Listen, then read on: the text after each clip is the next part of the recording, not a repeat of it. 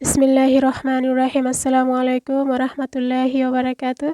সবাই কেমন আছেন? আশা করি সবাই অনেক ভালো আছেন, সুস্থ আছেন। আমিও আলহামদুলিল্লাহ এই দূর প্রবাসে আল্লাহর অশেষ রহমতে আপনাদের সবার দোয়ায় অনেক বেশি ভালো আছি আলহামদুলিল্লাহ। ভিডিও শুরুতে সকল আপু ভাইদের ইউটিউব বন্ধুদের কাছে অনুরোধ থাকবে ভিডিওটা না টেনে সম্পূর্ণ দেখবেন, লাইক, কমেন্ট, শেয়ার করবেন।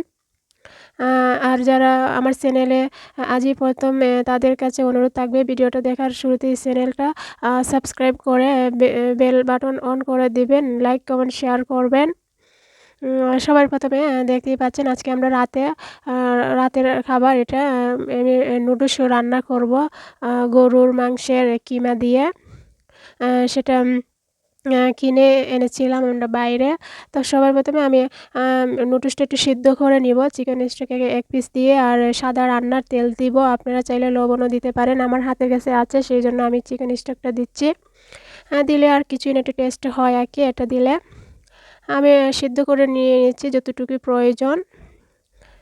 এবার চলুন রান্নায় চলে আসব। প্রথমে একটা কড়াইয়ে আমি সাদা তেল দিয়েছি। বাটার আর সাদা তেল ২ টা মিক্স করে ১ টা চামচ বড় চামচে রসুন কুচি দিচ্ছি আর ২ টা পেঁয়াজ আমার যতটুকু আর কি দরকার আমি নিচ্ছি।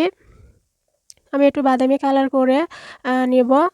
পেঁয়াজগুলো বাদামি কালার হয়ে গেছে।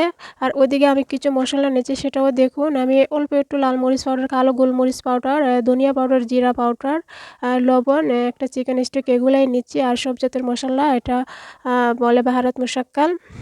নিয়ে আমি আবার একটু সুন্দর একটা ফ্লেভার ঘ্রাণ আসবে পেঁয়াজের মধ্যে দিলে আর কি।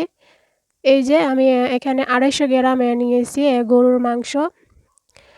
এটা বলে কি লাহাম মাফরুম আরবিতে।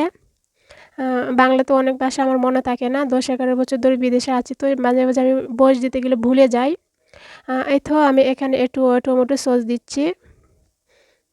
টমেটো পাস্তাও এটা বলে।